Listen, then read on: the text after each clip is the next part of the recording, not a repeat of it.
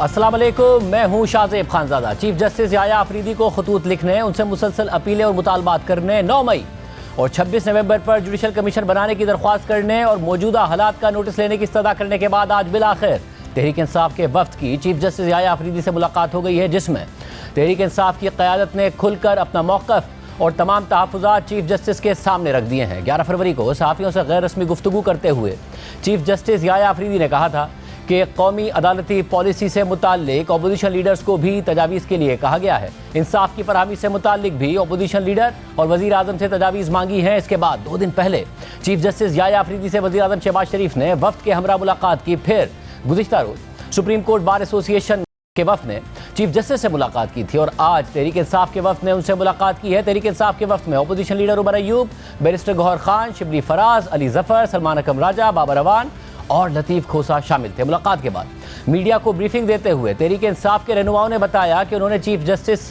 के सामने अपने तहफ़्फ़ुज़ात रखे हैं और चीफ जस्टिस ने कहा है कि अपने मुतालबात तहरीरी शक्ल में दें, मैं उसका जवाब दूंगा।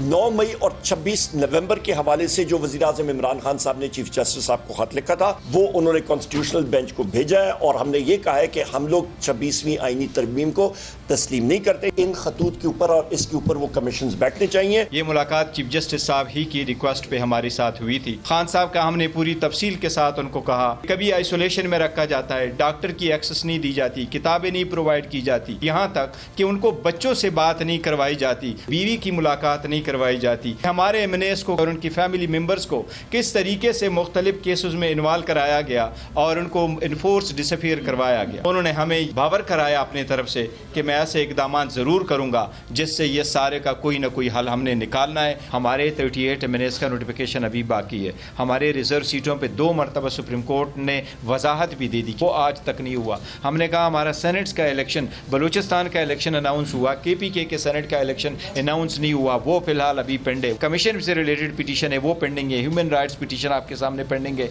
बेलों के मैटर पेंडिंग है। हमने बड़े बाशगाफ अल्फाज में कहा कि इस वक्त पूरे निज़ाम अदल को एक आला जुर्म बना दिया गया है। निज़ाम अदल को इस्तेमाल किया जा रहा है एक आला कार के तौर से। अदलिया इसमें मुदाखलत नहीं करती तो फिर पाकिस्तान की अवाम बिल्कुल अपने हाथ में लेने पे मजबूर हैं तमाम मामलात को। 7 प्राइम मिनिस्टर्स ऐसे गुजरे हैं जिनके ट्रायल बाहर होते हैं और एक आर्मी चीफ था जनरल मुशर्रफ, उसका ट्रायल करने के लिए बाकायदा फेडरल शरीयत कोर्ट उसका प्रेमिसेस दिया गया। हमने चीफ जस्टिस साहब से मुतालबा किया कि वो प्रेमिसेस आप इमरान खान के ट्रायल के लिए इस्तेमाल करें। गैर मामूली किस्म की मीटिंग थी।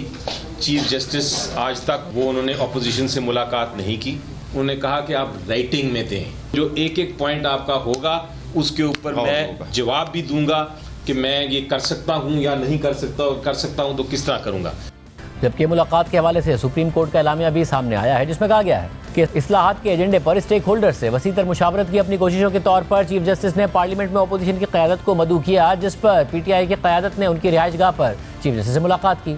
चीफ जस्टिस ने पीटीआई के वफ्द का खैर मकदम किया और उन्हें कौमी जुडिशल पॉलिसी बनाने वाली कमेटी के आइंदा इजलास से मुताल्लिक आगाह किया। चीफ जस्टिस ने मशवरा दिया कि अदालती इस्लाहात को बुनियादी कौमी एजेंडा बनाना चाहिए और इसको 2 तरफा ताउन हासिल होना चाहिए। कौमी असम्बली में कायदे हिज़्ब इख्तिलाफ उमर अयूब खान ने पीटीआई के बानी, पार्टी के दीगर रहनुमाओं और कारकुनों को दरपेश मुख्तलिफ उमूर पर रोशनी डाली। उन्होंने शिकायत की कि अपोजिशन की क़यादत के मुकदमात एक ही वक्त में मुख्तलिफ मकामात पर जानबूझकर मुकर्रर किए जाते हैं ताकि अदालतों में पेशी नामुमकिन हो जाए। पार्टी क़यादत के मुकदमात का दिफा करने वाले वकला और कारकुनों को हिरासा किया जा रहा है। जेल हुक्काम अदालतों के अहकामात की तामील नहीं कर रहे हैं। पीटीआई के वकला के खिलाफ दहशतगर्दी के मुकदमात रजिस्टर्ड हैं और उनके इज्तिमा और इजहार राय के हक को दबाया जा रहा है। उमर अयूब खान ने मजीद कहा कि मुल्क का मुआशी इस्तेहकाम कानून की हुक्मरानी पर मुनहसर है और मुआशी बहाली सिर्फ इस सूरत में मुमकिन है जब अदलिया खुद को मजबूत करे और एग्जीक्यूटिव को जवाबदेह बनाया जाए। दूसरे शुरा ने भी इसी तरह के ख्यालात का इजहार किया और अमन अमान की बिगड़ती हुई सूरत हाल पर खदशात जाहिर किए। ताहम उन्होंने इस हकीकत को तस्लीम किया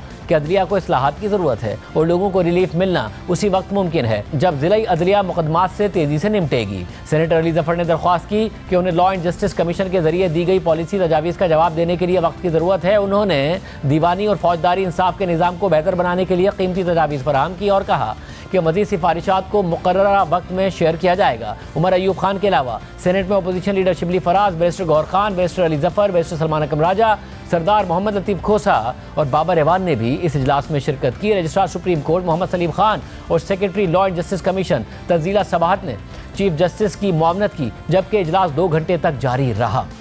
इससे पहले इमरान खान ने 24 जनवरी को चीफ जस्टिस याया अफरीदी और आईनी बेंच के सरबराह जस्टिस अमीनुद्दीन खान के नाम पाकिस्तान में आईनी निज़ाम की तबाही के उन्वान से एक तवील ख़त में सुप्रीम कोर्ट से अपने इख्तियारात का इस्तेमाल करते हुए मुल्क में जारी जुल्म और सितम का सदेबाब करने और आवाम की शिकायत का जायज़ा लेने के लिए एक या एक से ज़्यादा कमीशन कायम करने की इस्तदा की थी और ख़त के साथ मुख्तलिफ दस्तावेज़ात भी मुंसलिक की गई थी। चीफ जस्टिस याया अफरीदी ने 11 फरवरी को सहाफ़ियों से गैर रस्मी गुफ्तगू करते हुए ख़त मिलने की तस्दीक की थी और इस हवाले से मज़ीद ये भी कहा था कि इमरान खान का ख़त मिल गया है जिसमें संजीदा नोयत के नकात शामिल हैं। इमरान खान ने ख़त के साथ दीगर मवाद भी मुंसलिक किया है। इमरान खान जो हमसे चाहते हैं वो आर्टिकल 184 की शिक 3 से मुताल्लिक है। मैंने ख़त जजेस आईनी कमेटी को भिजवाया है, वो तय करेंगे। कमेटी से कहा है कि इस ख़त का जायज़ा लेकर फैसला करें। ये मामला आर्टिकल 184 की शिक 3 के तहत आता है, लिहाजा इसे आईनी बेंच ने ही देखना है। जिसके बाद आज तहरीक इंसाफ के रहनुमाओं ने चीफ जस्टिस से मुलाकात के बाद दावा किया है कि चीफ जस्टिस ने तहरीरी मुतालबात तलब कर लिए हैं। दूसरी तरफ सुप्रीम कोर्ट में 9 मई के मुल्ज़िमान की ज़मानतें मनसूख करने के लिए दायर अपीलें समाअत के लिए मुकर्रर कर दी गई हैं। चीफ जस्टिस याया अफरीदी की सरबराही में 3 रुकनी बेंच 27 फरवरी को समाअत करेगा। जस्टिस शफी सिद्दीकी और जस्टिस मियां गुल हसन औरंगजेब बेंच का हिस्सा होंगे। पंजाब हुकूमत ने 9 मई के मुल्ज़िमान की ज़मानतों की मनसूखी के लिए अपील दायर कर रखी है। इसके अलावा 9 मई के केसेस में इमरान खान की ज़मानत कबल अज़ गिरफ्तारी की बहाली के खिलाफ अपील और इमरान खान का जिस्मानी रिमांड कलअदम करार देने के खिलाफ अपीलें भी समाअत के लिए मुकर्रर कर दी गई हैं। तो बात करेंगे हमारे साथ सीनियर कोर्ट रिपोर्टर असाद मलिक साहब मौजूद हैं। असाद मलिक साहब बहुत शुक्रिया मुझे ज्वाइन करने के लिए। असाद मलिक साहब, जो कानून साजियाँ हुई और जो आइन साजी हुई उसके बाद जो अदालत का मामला है वो तो आप करीब से देख ही रहे हैं, तारीखी तौर पर भी देखा है, अब भी देख रहे हैं। नाउ इस सिचुएशन में मुलाकात होती है तहरीक इंसाफ के वफ्द की और वो कहते हैं कि चीफ जस्टिस के सामने हमने अपने सारे तहफ़्फ़ुज़ात रखे, प्रेस कॉन्फ्रेंस करते हैं, साथ में ये भी कहते हैं कि चीफ जस्टिस ने कहा है कि अपने मुतालबात तहरीरी शक्ल में दें, मैं उसका जवाब दूंगा। आपको लगता है जवाब के अलावा कोई रिलीफ मिल सकता है अदालती निज़ाम से? कोई ऐसा डायनामिक्स आपको नज़र आ रहे हैं अदालती निज़ाम के इस वक्त? देखें शाहजेब, 26वीं तरमीम के बाद सूरत हाल तब्दील हो चुकी है अदलिया में। Chief justice of Pakistan Yahya Afridi के पास तो अब 184(3) का इख्तियार भी नहीं है, वो आईनी बेंच के सरबराह नहीं है। अब 184(3) पब्लिक इंटरेस्ट जो जुरिडिक्शन है वो आईनी बेंच करेगा, जिसकी सरबराह जो है वो अमीनुद्दीन खान साहब हैं और उस कमेटी में अमीनुद्दीन खान साहब हेड कर रहे हैं जो आईनी बेंच की है। मोहम्मद अली मज़हर और जमाल मंदुखेल हैं, वो पावरफुल हैं। अगर कोई ग्रीवेंस उनके हैं इन्फोर्स डिसअपीरेंस के या और कई पटिशन जो हर मामले में पीटीआई की पेंडिंग है, तो वो आईनी बेंच ने टेकअप करनी है। चीफ जस्टिस याया अफरीदी के पास कोई ऐसा इस वक्त इख्तियार नहीं है। अभी आपने रिसेंटली देखा कि इमरान खान साहब ने ख़त लिखा, वो ख़त उन्होंने पास ऑन कर दिया आईनी बेंच को। आईनी बेंच उस पर डिसाइड करेगा कि क्या 184(3) का मामला ये हम टेकअप कर सकते हैं, पटिशन रिक्वायर है, क्योंकि सो मोटो का इख्तियार भी अब ख़त्म हो गया है सुप्रीम कोर्ट से। तो बाकी हाई कोर्ट में जो हो रहा है, लोअर जुडिशरी में हो रहा है, उसमें भी मेरा नहीं ख्याल कि याया अफरीदी साहब कोई ज़्यादा यानी कोई इफेक्टिव कोई ऐसी स्ट्रेटजी या कोई पीटीआई को रिलीफ दिलवा सके। मेरा ख्याल है कि पीटीआई को चीफ जस्टिस साहब से अच्छी बातें तो सुनने को मिलेंगी, लेकिन प्रैक्टिकली कोई चांस नहीं है कि कोई ऐसा चीज़ हो। और जो इमरान खान साहब की अपनी भी शिकायत थी उस पर भी चीफ जस्टिस ने यही कहा कि 184(3) के जरिए आईनी बेंच ने ही ये मामला देखना है और ज़ाहिर कंसर्न्स को उन्होंने ज़रूर कहा था कि कंसर्न ज़रूर हैं, जो मामला उठाए गए वो अहम ज़रूर हैं। अब दूसरा इशू है 5 जजेस का, जो कि सीनियरिटी के हवाले से अब सुप्रीम कोर्ट गए हैं। अब ज़ाहिर एक आईनी बेंच बन गया, अगर ये आईनी मामला है तो वो भी उसी तरफ जाएगा। इस्लामाबाद हाई कोर्ट बहुत अहम है खुद तहरीक इंसाफ के अपने केसेस के लिए, और जबकि सलमान अकबर राजा साहब ने कोई बहुत ज़्यादा उम्मीद का नहीं इजहार किया है कि जो सीनियरिटी का मसला है या नए ओथ का जो मसला है, अगर कुछ नए जजेस आए हैं उसमें कोई रिलीफ मिलेगा। आपको लग रहा है यहाँ कुछ हो सकता है? एक बात मैं शायद ऐड कर दूं कि सुप्रीम जुडिशल काउंसिल के चेयरमैन जो हैं वो चीफ जस्टिस याया अफरीदी हैं, वहाँ उनके पास इख्तियार है। पीटीआई की कंप्लेंट है चीफ इलेक्शन कमिश्नर और इलेक्शन कमीशन के दूसरे मेंबरान के खिलाफ, जस्टिस आमिर फारूक के खिलाफ मिसकंडक्ट की कंप्लेंट है। क्या पीटीआई ने उस हवाले से बात की है कि वो टेकअप की जाए? मेरा ख्याल है कि कोई इलामिया में ऐसी कोई चीज़ नहीं आई, वो चीज़ थी उनके इख्तियार में। बाकी जहाँ तक 5 जजेस के हवाले से मामला है, बिल्कुल इसमें कोई शक नहीं है कि वो मामला आईनी बेंच ने देखना है। याया अफरीदी साहब तो पेशावर हाई कोर्ट में वो नंबर 2 जज को सुप्रीम कोर्ट लाना चाह रहे थे, वो भी नहीं ला सके। और इसी तरह इस्लामाबाद हाई कोर्ट की सीनियरिटी में उनका जो पॉइंट ऑफ व्यू है कि सीनियरिटी के हवाले से डोगर साहब की जो सीनियरिटी दी गई है वो नहीं बनती, वो उन्होंने खुल के बात की, लेकिन एग्जेक्टिव इतनी डोमिनेट है कि वो एक्टिंग चीफ जस्टिस भी हैं और आमिर फारूक साहब ने उनको यानी बना दिया है तो सीनियरिटी में सीनियर पुनी जज। तो मेरा ख्याल है कि 5 जजेस का जो मामला है वो आईनी बेंच के सामने अब जब आएगा तो उसमें जो लैंग्वेज है आर्टिकल 200 की वो तो बड़ी क्लियर है कि जी ट्रांसफ़र हो सकती है। अब ट्रांसफ़र क्यों की गई, क्यों सरफराज डोगर साहब को ही चुना गया, जो मेलाफाइड का आंसर है वो देखा जा सकता है, लेकिन पिटीशन में सच बात नहीं हुई। लीगल ग्राउंड पे 50-50 पोजीशन है, गो के आरा तकसीम है। कुछ लोग कहते हैं कि जी जो टेक्स्ट है वो बड़ा क्लियर है कि ट्रांसफ़र हो सकती है। इंडिया को देखें तो वहाँ ट्रांसफ़र के साथ सीनियरिटी वही मिलती है जो हाई कोर्ट के जज की पहले होती है, तो वो देखा जाए तो फिर तो इंटरप्रिटेशन आमिर फारूक साहब की ठीक है, लेकिन अगर उसको किस तरह डिफरेंशिएट, क्योंकि पहली दफ़ा ये आर्टिकल 200 इस तरह इन्वोक हुआ है, ख़ासकर 18वीं तरमीम के बाद हम देख रहे हैं, तो देखते हैं। और मुझे सर ये भी बताएगा कि ज़रा पिछले 14-15 साल में क्या कुछ नहीं आपने कवर किया बतौर कोर्ट रिपोर्टर, जब एक बहुत ताकतवर अदलिया भी देखी जब इफ्तिखार चौधरी साहब थे, उसके बाद उसकी कुछ ना कुछ कंटिन्यूटी भी हुई, फिर अदलिया का गठजोड़ इस्टेब्लिशमेंट के साथ भी देखा गया, और फिर अब ये एक निज़ाम है जिसमें हमें नज़र आ रहा है कि आइन और कानून बनाकर किस तरीके से अदलिया को मुकम्मल तौर पर कहा जा सकता है कि कमज़ोर कर दिया गया है। आपके ख्याल में ये जो इस वक्त निज़ाम है ये पहली दफ़ा देख रहे हैं जो जिसमें बाकायदा पार्लियामेंट के ज़रिए एक कंट्रोल आया है?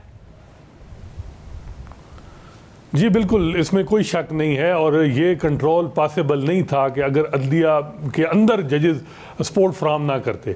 26वीं तरमीम में जैसा कि आपने देखा कि सुप्रीम कोर्ट ने 63A का फैसला जिस टाइम किया उसके बाद सूरत हाल चेंज हुई। इस तरह अगर आप देखें जो लॉ मेकर 3 डी सीट हुई है PTI के और 3 नून लीग को सीटें मिली, वो आपके सामने है। रिजर्व सीट के केस में आपने देखा कि अदलिया तकसीम थी, तो अदलिया के अंदर जो इस वक्त सूरत हाल है उसकी वजह से एग्जेक्टिव और पार्लियामेंट स्ट्रांग हुई है, और खासकर एग्जेक्टिव स्ट्रांग हुई है। पार्लियामेंट का नाम इस्तेमाल हो रहा है लेकिन एग्जेक्टिव कुछ ना कर पाती अगर सपोर्ट अंदर से ना होती। अगर ये आईनी बेंच इस वक्त केस जो बना है, 7-8 जजेस जो इस वक्त सुप्रीम कोर्ट में बैठे हैं, इनको किसी ने नहीं रोका कि अगर 26वीं आईनी तरमीम का केस जो है जल्दी डिसाइड कर देते।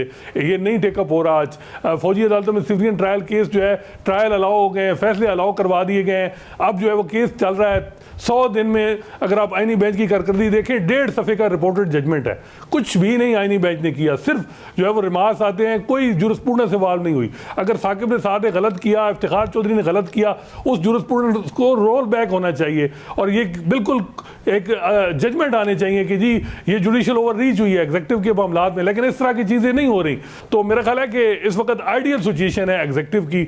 इतनी मिसाली तलक़ात और इतना डोमिनेट रोल मैंने एग्जेक्टिव का अदलिया पे गुज़श्ता 15 साल में नहीं देखा। बहुत शुक्रिया असनाद मलिक, तफसीलात बता रहे थे। इस पूरी सूरत हाल पर बात करते हैं। हमारे साथ मौजूद है सीनियर साहब तज़कियाकार सुहेल बड़ाई साहब। बड़ाई साहब बहुत शुक्रिया मैं शो में ज्वाइन करने के लिए। बड़ाई साहब, जाहिर है तहरीक इंसाफ हाथ पांव मार रही है, इस निज़ाम के अंदर से कोई रिलीफ मिल जाए इसकी भी भरपूर कोशिशें कर रही है।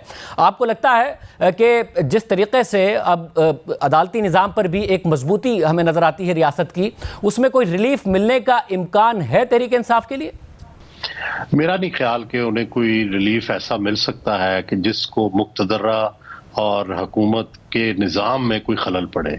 छोटे मोटे रिलीफ तो मिल सकते हैं, लेकिन ये रिलीफ कि अगर मुक्तदरा और हुकूमत नहीं चाहते कि इमरान खान रिहा हो तो शायद वो ये ना कर सकें। शायद वो सीटें जो जिनको वो चाहते हैं, या जिस तरह का धांधली का वो निज़ाम चाहते हैं कि उनको जो उनकी डिमांड्स हैं उनके मुताबिक मिल जाए, मेरा ख्याल है कि उस काबिल तो कोई भी नहीं है कि ये सब कुछ बदल दे, क्योंकि इसके बदलने का मतलब तो ये होगा मुक्तदरा की ताकत का खात्मा। इसका मतलब तो ये होगा कि मौजूदा हुकूमत का खात्मा, और ज़ाहिर है ये किसी के लिए काबिल कबूल नहीं। और हमने देखा कि जब बड़ी यानी मुक्तदरा मुखालिफ कुछ जजेस थे या मौजूदा हुकूमत के मुखालिफ कुछ जजेस थे, जब उन्होंने कुछ फैसले किए तो वो नहीं माने गए और उन पे अमल ही नहीं किया गया। तो जो स्टेट का इम्प्लीमेंटेशन आर्म है वो तो जाहिर है अदलिया नहीं है ना, अदलिया तो फैसला दे सकती है, इम्प्लीमेंटेशन आम तो जाहिर है हुकूमत होती है, मुक्तदरा होती है।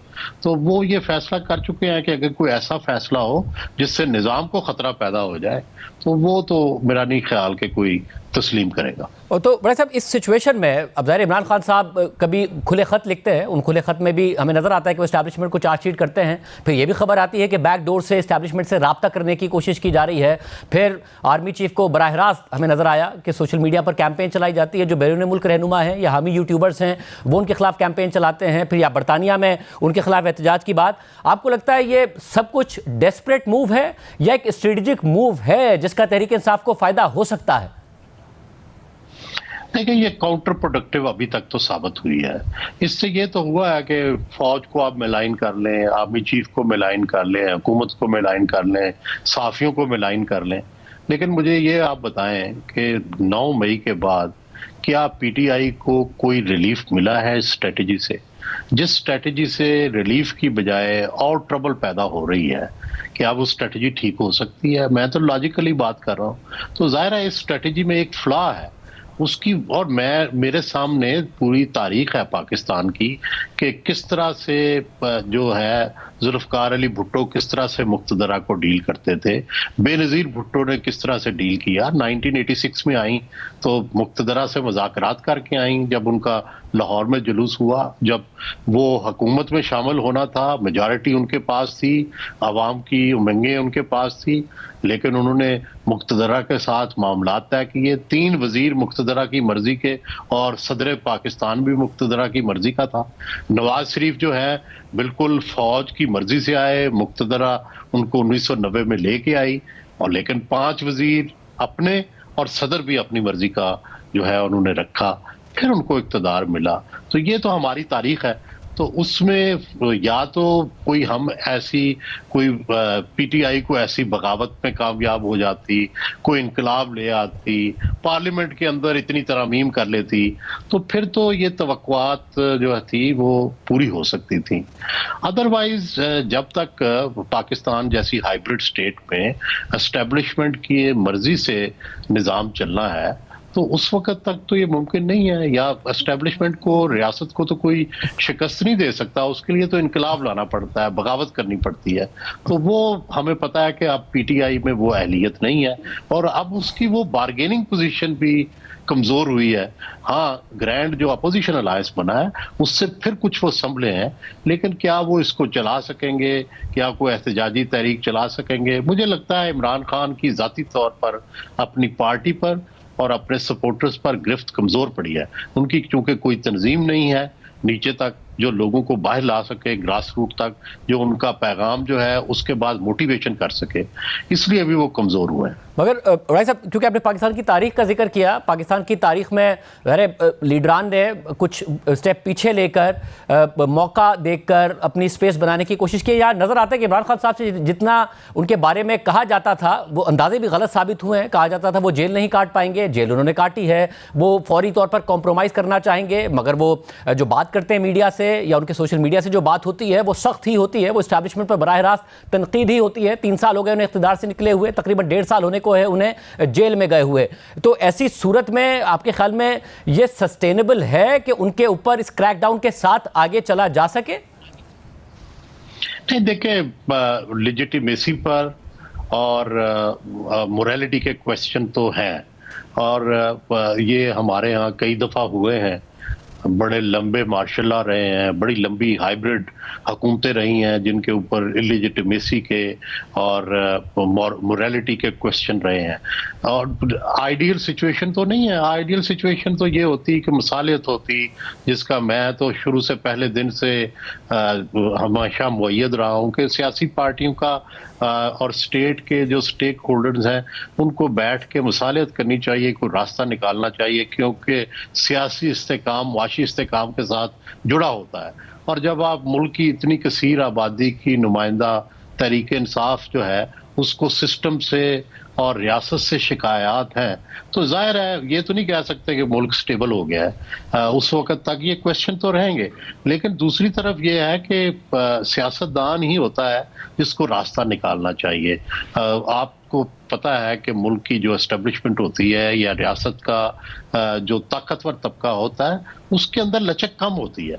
तो हमेशा किसी कौम के लीडर जो है वो सियासतदान इसीलिए होते हैं कि वो अपनी दानिश से, अपनी विजडम से वो क्राइसिस से निकल जाते हैं। तो लेकिन वो हमें नज़र नहीं आ रही कि जिस विजडम से इससे निकलना चाहिए और फिर मुश्किल हालात से निकल के फिर अपनी जो स्ट्रेटजी होती है वो आप इम्प्लीमेंट करते हैं। पहले आप हमेशा एक ऐसा रास्ता बनाते हैं जो आपके लिए आसान हो जाए और आपके जो मुखालिफ हैं उनके लिए मुश्किल हो जाए। बहुत शुक्रिया। और ऐसा भी गुफ्तगू आपने सुनी। प्रोग्राम में एक ब्रेक शामिल करते हैं। एक अहम खबर जिसको हम मुसलसल फॉलो कर रहे हैं, उसमें आज एक अहम डेवलपमेंट हुई है, उसकी तफसीलात आपको सामने रखेंगे एक ब्रेक के बाद।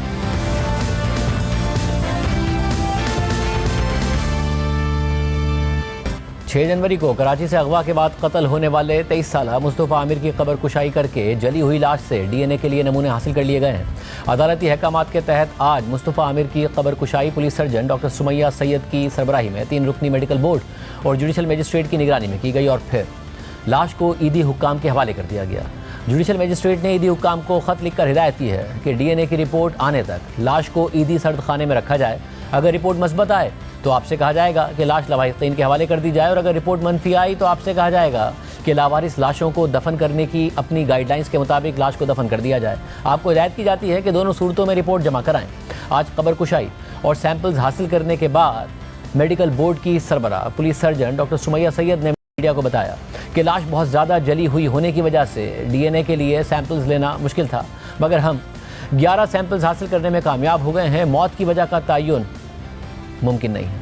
हमने अपना प्रोसेस जो है वो कंप्लीट कर लिया है। We have collected 11 samples for DNA और उनको हम सिंध फोरेंसिक डीएनए लैब में भेज रहे हैं। वजह मौत का तयन नहीं हो सके, अभी नहीं हो सके। बी बर्न्ट इतनी ज्यादा बॉडीज हों जिनके फिंगरप्रिंट्स जब वो नहीं अवेलेबल हों तो फिर हमारे पास डीएनए का ही ऑप्शन रह जाता है। और डीएनए का ऑप्शन ऐसी बर्न्ट बॉडीज में काफी डिफिकल्ट है कैरी आउट करना, जो हमने अल्हम्दुलिल्लाह कर लिया है। सैंपल्स अभी चले जाएंगे, उसके बाद उनका प्रोसेस स्टार्ट होगा, विच टेक्स एनीवेयर बिटवीन 3 से 7 दिन में रिजल्ट आ सकता है। इसके अलावा आज मकतूल मुस्तफ़ा आमिर के वालिद आमिर शुजा भी कब्रिस्तान में मौजूद थे। बाद में उन्होंने जियो न्यूज़ के नुमाइंदे काशिफ मुश्ताक से बात करते हुए कहा कि इब्तिदाई तौर पर पुलिस की तफ्तीश से हमें शिकायत थी, मगर अब तफ्तीश सही ट्रैक पर चल रही है। हुकूमत मुलजिम को कैफरे किरदार तक पहुँचाए। हमारे साथ मुस्तफ़ा के जो वालिद हैं वो इस वक्त मौजूद हैं। आमिर साहब, सबसे पहले तो आप ये बताइएगा, आज इस तमाम तर प्रोसेस में आप वहाँ मौजूद थे, क्या कहेंगे? मुतमईन हैं, नहीं हैं?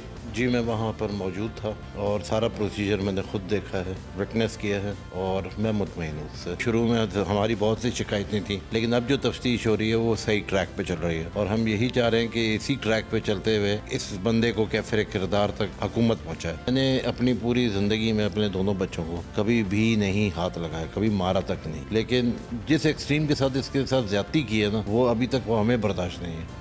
दूसरी जानिब मरकजी मुलजिम मकान 4 रोज़ा जिस्मानी रिमांड पर पुलिस की तहवील में है, जो आज ख़त्म हो रहा है और कल उसे मज़ीद जिस्मानी रिमांड हासिल करने के लिए इंसदाद दहशतगर्दी की अदालत में पेश किया जाएगा। मुलजिम मकान की पुलिस की तफ्तीशी टीम के सामने एतराफ़ जुर्म करने की खबरें भी आ रही हैं। साथ ही शरीक मुलजिम शराज भी पुलिस की तहवील में है। अब तक तहकीकात कहाँ तक पहुँची है, बात करेंगे पुलिस के एंटी वायलेंट क्राइम सेल के SSP अनिल हैदर से। अनिल हैदर, बहुत शुक्रिया मुझे ज्वाइन करने के लिए। अनिल, ज़ाहिर बहुत सारी इतलात आ रही हैं, फिर सोशल मीडिया पर भी बहुत सारी खबरें गर्दिश कर रही हैं, कुछ पुलिस की तरफ से भी ज़राए के तहत खबरें आ रही हैं। मैं चाहूँगा आप हमारे नाजरीन को बताइए कि अब तक कहाँ तक तफ्तीश पहुँची है, मुल्जिमान के बयानात की रोशनी में भी, और जो आ रहा था कि जो आला तशद्दुद है वो मिला नहीं मिला, क्या कुछ अभी तक पता चला है? हाँ जी, इसमें देखें, इसमें तहकीकात जो है, तफ्तीश कह लें, तहकीकात कह लें, इन्वेस्टिगेशन का प्रोसेस में जो मरकजी मुल्ज़िमान है वो गिरफ़्तार हुए हैं इसमें अभी तक।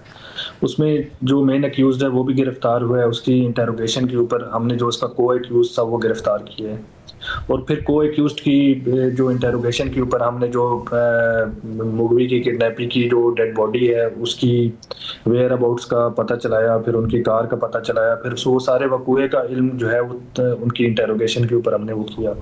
उसी की बेसिस के ऊपर आज जो डेड बॉडी की हमने एक्सहुमेशन जो है वो करवाई है, उस वहाँ से डीएनए के सैंपल्स लिए हैं और वो डीएनए के सैंपल्स हमने आइडेंटिफिकेशन के लिए मुतल्लिका लैब में जमा करवा दिए हैं। अब हमें इंतज़ार है कि वो एक दफ़ा डीएनए की शिनाख्त हो जाए डेड बॉडी की, तो हम इसमें मज़ीद उसी हवाले से फिर इसमें पेशरफ्त करेंगे।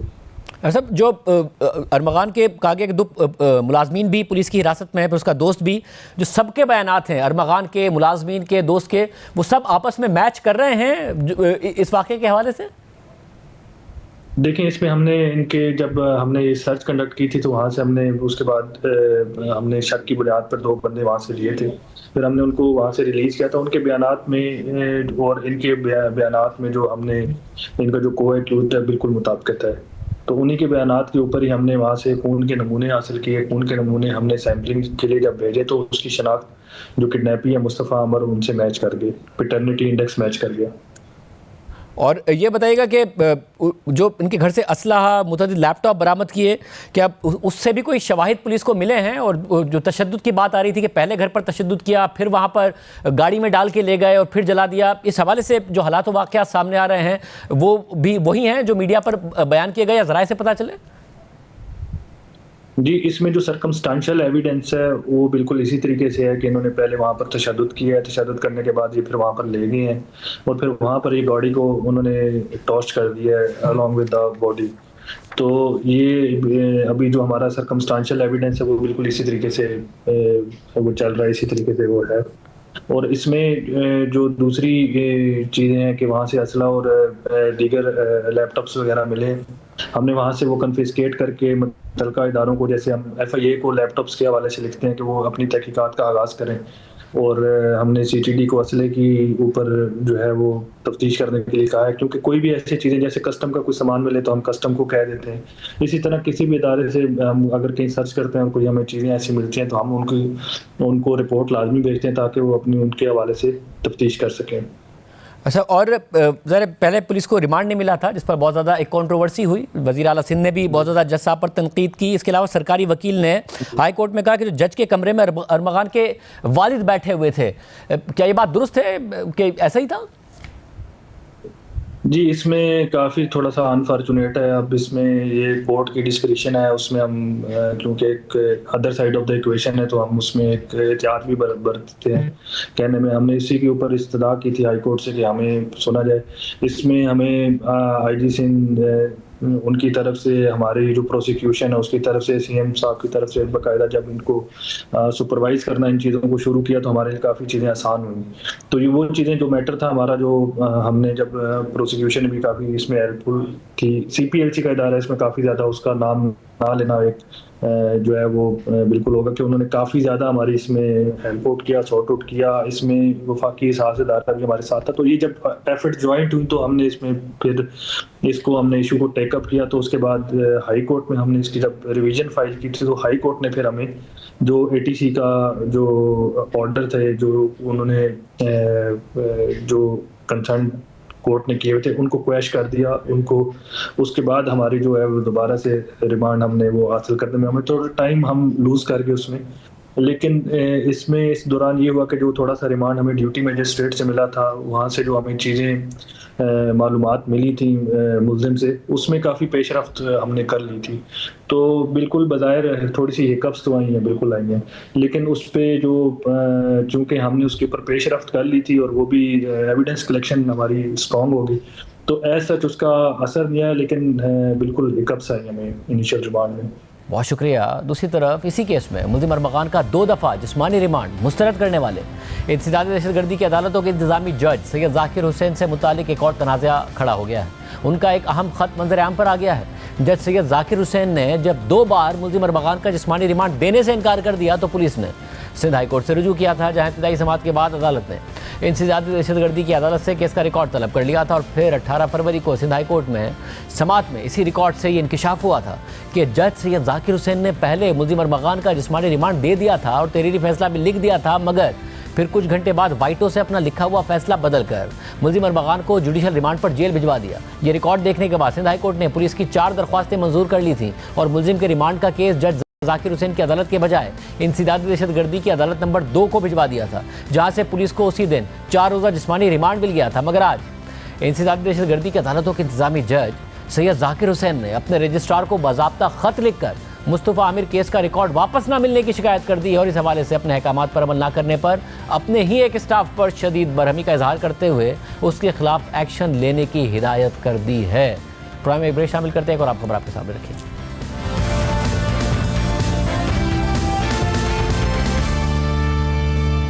सुप्रीम कोर्ट ने खातून डॉक्टर हरासमेंट केस में लाहौर हाई कोर्ट का फैसला बरकरार रखते हुए ड्राइवर मोहम्मद दीन की अपील मुस्तरद कर दी है। वाज़ेह रहे कि इस केस में हरासमेंट साबित होने पर मुलजिम मोहम्मद दीन को नौकरी से जबरी तौर पर रिटायर कर दिया गया था।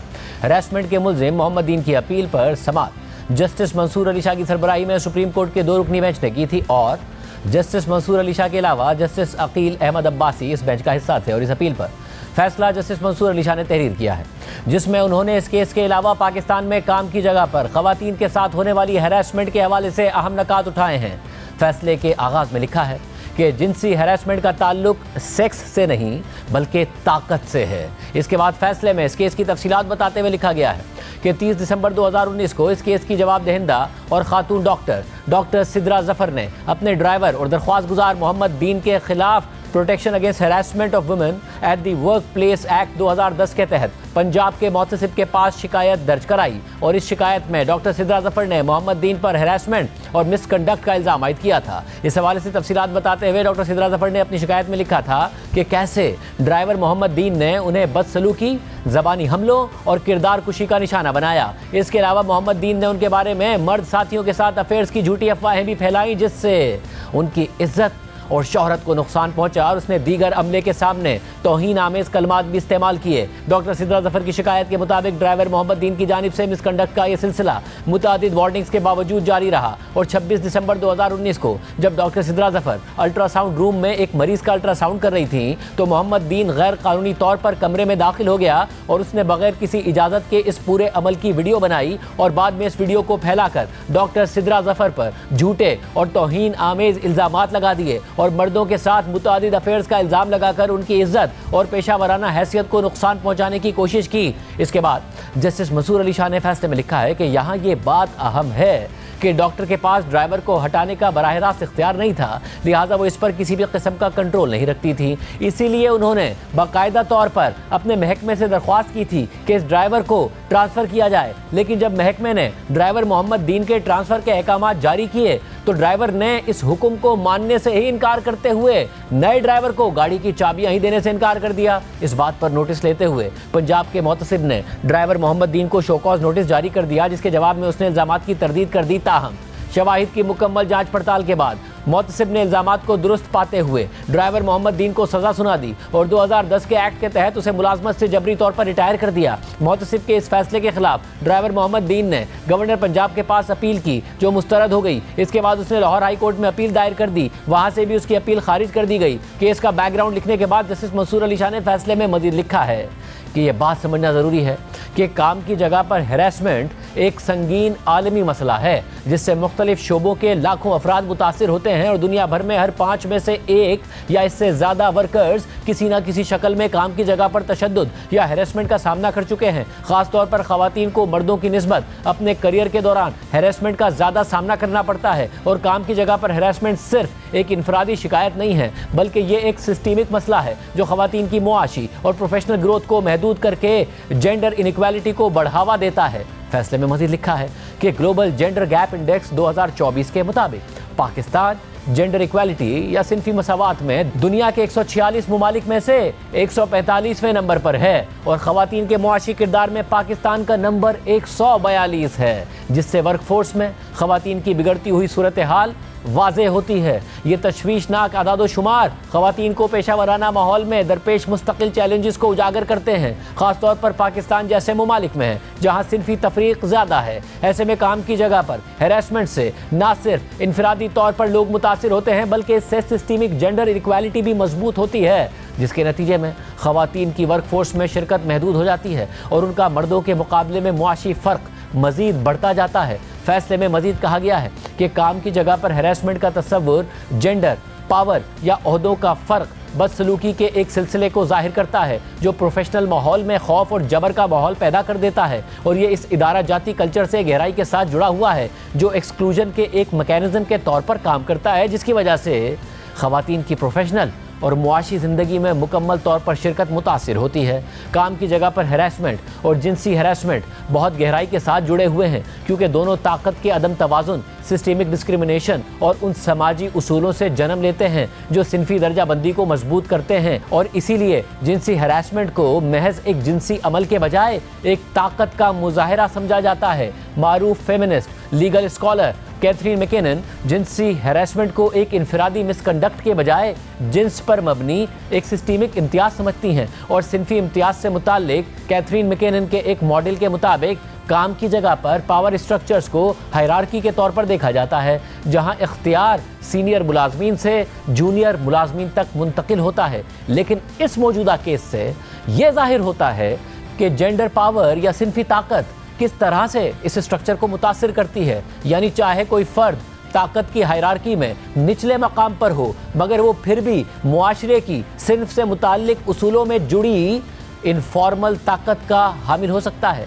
जस्टिस मंसूर अली शाह ने मजीद लिखा है कि हालांकि जवाब दहिंदा यानी डॉक्टर सिद्रा जफर हायरार्की में ड्राइवर से सीनियर थी, लेकिन इसके बावजूद उन्हें एक ड्राइवर की तरफ से हैरेसमेंट का सामना करना पड़ा जो इदारे की हायरार्की में उनसे कहीं नीचे था। ये तजाद इस हकीकत को उजागर करता है कि हैरेसमेंट रस्मी ओहदे से ज़्यादा ताकत के बारे में होती है। और इस केस में ड्राइवर मोहम्मद दीन ने जिनसी इम्तियाज़, पावर डायनामिक्स और सोशल रीइंफोर्समेंट की इनफॉर्मल ताकत का इस्तेमाल करके अपनी एक सीनियर के लिए काम की जगह पर एक होस्टाइल माहौल पैदा कर दिया। ये फिनोमिनन पिद्दरशाही के उन उसूलों की अक्कासी करता है जो ख़वातीन की लीडरशिप पर मुज़ाहमत करते हैं, ख़ास तौर पर मर्दों के गलबे वाले पेशों में, जहां अथॉरिटी को लाशऊरी तौर पर मर्दानगी के साथ जोड़ दिया जाता है। ताहम जिन्स की बुनियाद पर हैरेसमेंट सिर्फ हायरार्की के बारे में नहीं है, ये बुनियादी तौर पर इस बात के बारे में है कि कौन शख्स अथॉरिटी इस्तेमाल करने को अपना हक समझता है। यहाँ तक कि एक जूनियर मुलाजिम भी इनफॉर्मल पावर स्ट्रक्चर,